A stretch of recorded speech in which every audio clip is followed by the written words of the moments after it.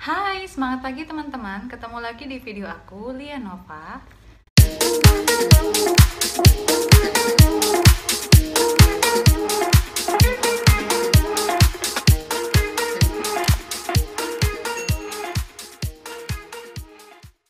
Di video ini, teman-teman akan banyak sekali belajar mengenai dunia perasuransian, bagaimana cara mengelola uang, dan bagaimana cara menjadi agen asuransi.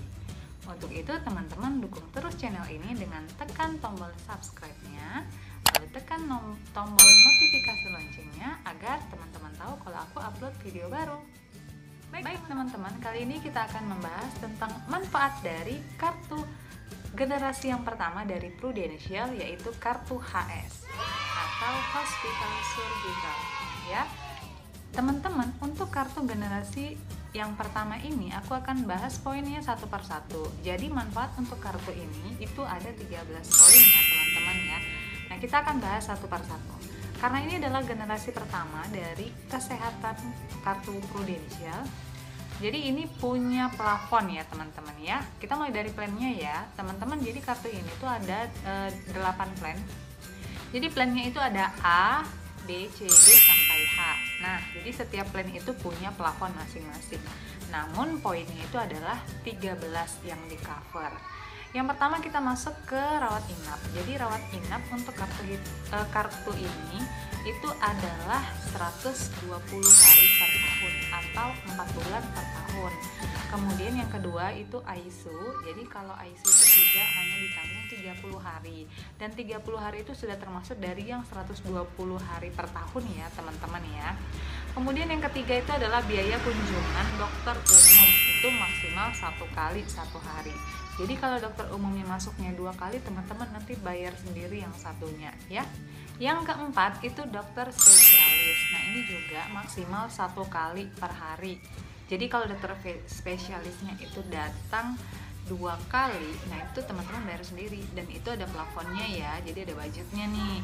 Contoh dokter spesialis untuk plan A itu yang di cover adalah 125.000 per visit. Ternyata dokter spesialis itu 150, jadi teman-teman bayar sendiri selisihnya. Poin yang kelima, untuk tindakan bedah. Nah, tindakan bedah sendiri itu terdiri atas 4 tipe. Ada tipe 1, 2, 3, 4. Nah, jadi tipe-tipenya ini itu punya budget masing-masing.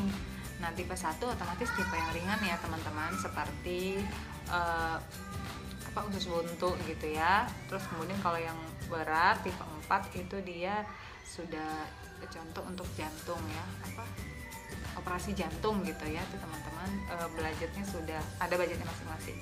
Nah, itu juga kita khawatir ya, tergantung dari rumah sakit, karena kan setiap tahun rumah sakit tuh naik, makanya disarankan teman-teman upgrade ini ya yang masih pakai kartu yang ini.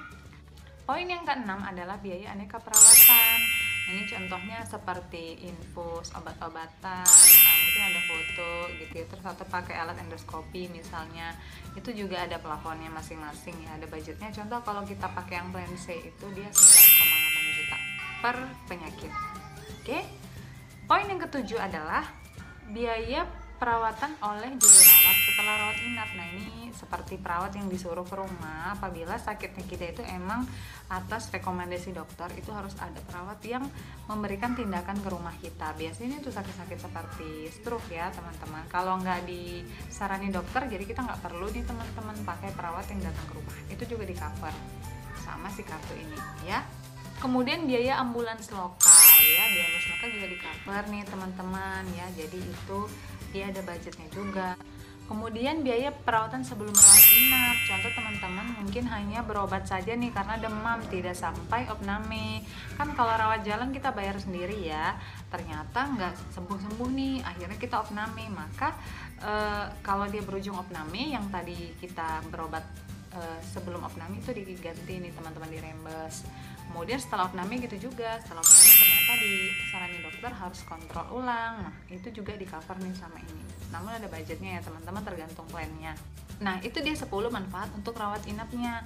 Kemudian manfaat untuk rawat jalan kita ada 3 poin nih teman-teman. Yang pertama untuk kecelakaan, yang kedua untuk perawatan kanker, yang ketiga untuk cuci darah. Dan ini ketiganya adalah sesuai dengan plan masing-masing.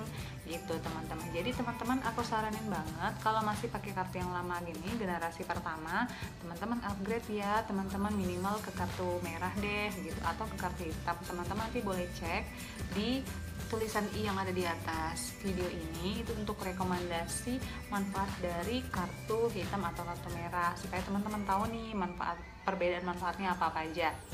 Oke teman-teman, itu dia tadi kita bedah manfaat untuk kartu generasi pertamanya Prudential. Nah teman-teman, kalau suka dengan videonya, teman-teman boleh kasih like-nya ya.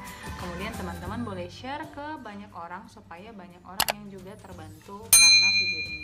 Baik teman-teman, terima kasih sudah menonton. Semoga bermanfaat. Sampai ketemu di video aku berikutnya ya. Bye-bye.